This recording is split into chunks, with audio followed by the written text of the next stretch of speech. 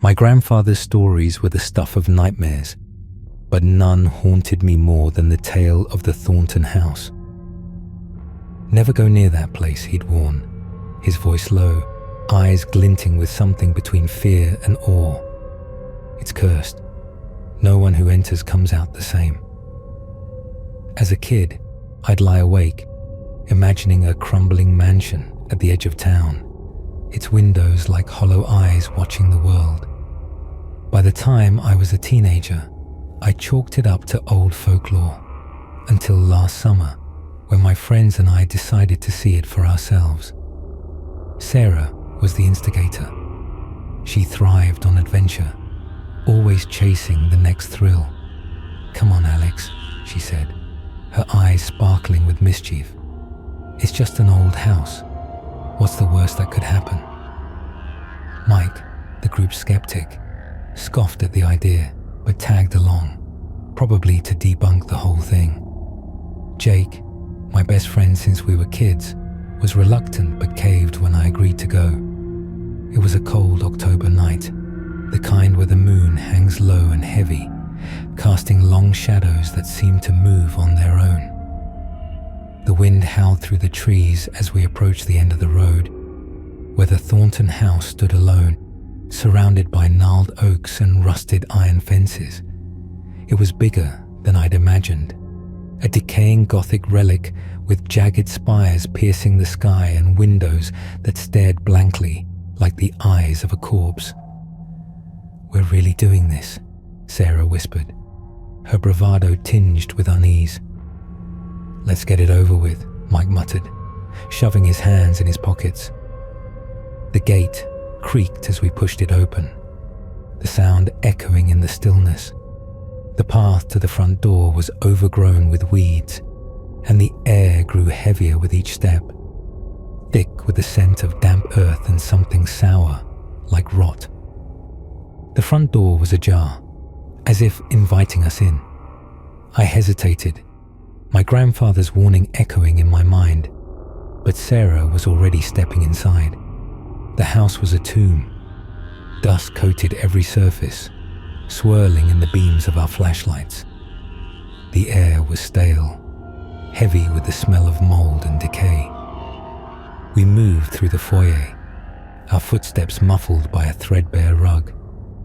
The living room held an old gramophone, its needle scratching a silent record, producing only static. In the kitchen, a faucet dripped rhythmically, as if someone had just turned it off.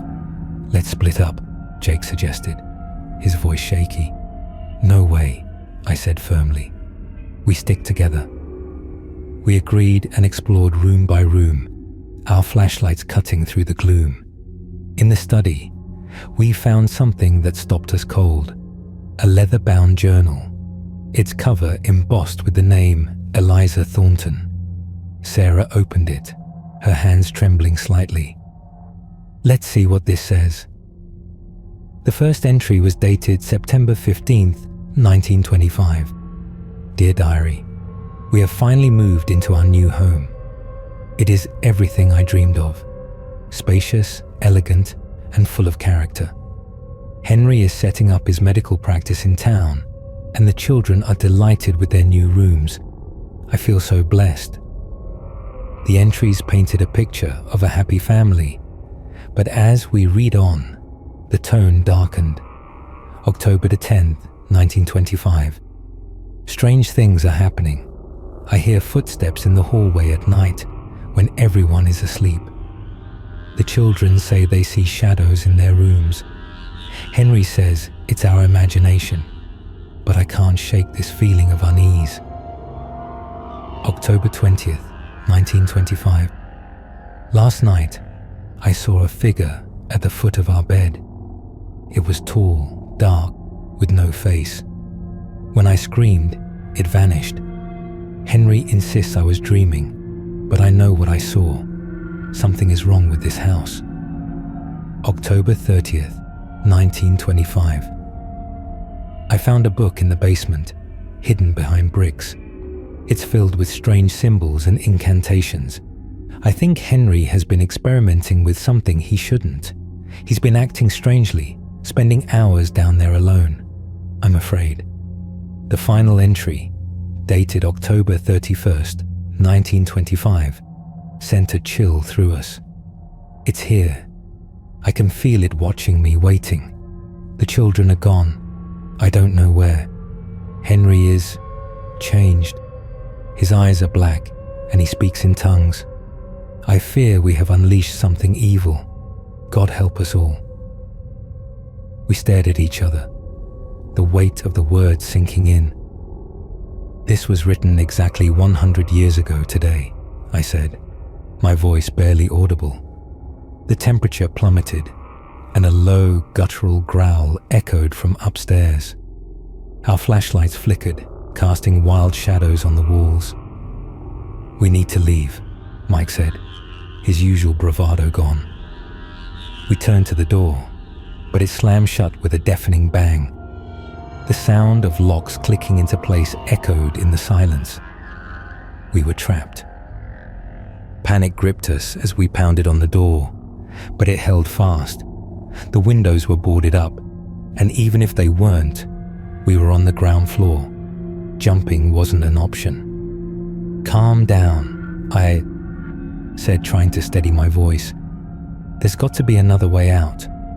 We decided to search for a back door or a cellar exit, moving deeper into the house. The air grew thicker, oppressive, like it was pressing against our chests. In the dining room, we found a table set for a meal, as if the Thorntons had just stepped away. The plates held rotting food, crawling with flies, the stench making us gag. That's disgusting, Sarah said, covering her nose. Then I noticed the mirror on the wall. Instead of our reflections, it showed a family seated at the table, eating in eerie silence. Their faces were blank, their eyes hollow sockets. As we stared, they turned to us, their mouths opening in silent screams. The mirror shattered, glass flying everywhere. We ducked, hearts racing, and when we looked up, the table was empty again. This place is messed up, Jake whispered. We pressed on, but the house seemed to shift around us. Hallways stretched endlessly, doors led to rooms they shouldn't, and stairs looped in impossible ways. It was as if the house was alive, toying with us. Then we heard it again. Children's laughter, high and innocent, coming from upstairs. It morphed into hysterical giggles, then anguished sobs. We have to check it out, Sarah said, her voice resolute despite her fear. We climbed the creaking stairs, each step amplifying our dread. The laughter led us to a bedroom at the end of the hall. Inside were two small beds, neatly made, with toys scattered on the floor, but no children. "Hello?" I called. A small voice answered from under a bed. "Hide and seek." Two figures darted out, their faces blurred, their laughter echoing as they ran past us. We chased them, but they vanished around corners, through doors that slammed shut. We ended up back in the hallway, disoriented and breathless. That's when Mike pointed to a door we hadn't noticed before, made of heavy oak with strange, carved symbols. "Maybe it's a way out," Sarah said hopefully. We opened it, revealing a staircase descending into darkness. The air grew colder as we went down, a sense of dread settling over us. At the bottom was a stone-walled room with an altar in the center. On it lay an open book, its pages filled with arcane symbols and incantations. "This must be what Eliza found," I said, reaching for it. A voice boomed, "You should not be here." We spun around to see a figure emerge from the shadows, tall, gaunt, its skin pale and stretched tight over its bones. Its eyes were black voids, its mouth a slash of darkness. "Who are you?" I demanded, my voice shaking. "I am the guardian of this place," it hissed. "You have disturbed my rest." "We just want to leave," Sarah pleaded. "You cannot," it said, stepping closer. You have read the diary, learned the secrets. Now you must pay the price. Ghostly figures appeared, the Thorntons, their faces twisted in agony, reaching for us with icy hands. The entity laughed, a sound like shattering glass. Then I remembered Eliza's words. Face the darkness within. Wait, I shouted. We're not afraid of you. The entity paused, its head tilting. We face our fears, I said, my voice gaining strength. You can't control us. Sarah stepped forward. I'm not afraid of the dark anymore. Mike joined in. I know what's real, and you're not it. Jake, trembling, said, I won't let falling scare me anymore. As we spoke, the ghostly figures faded, their grip loosening. The entity roared, but we stood our ground. Then the house seemed to fight back. The walls pulsed, and we were separated, each pulled into a different nightmare. Behind a door marked with my name, I found myself in a coffin-like space, dirt piling around me, burying me alive.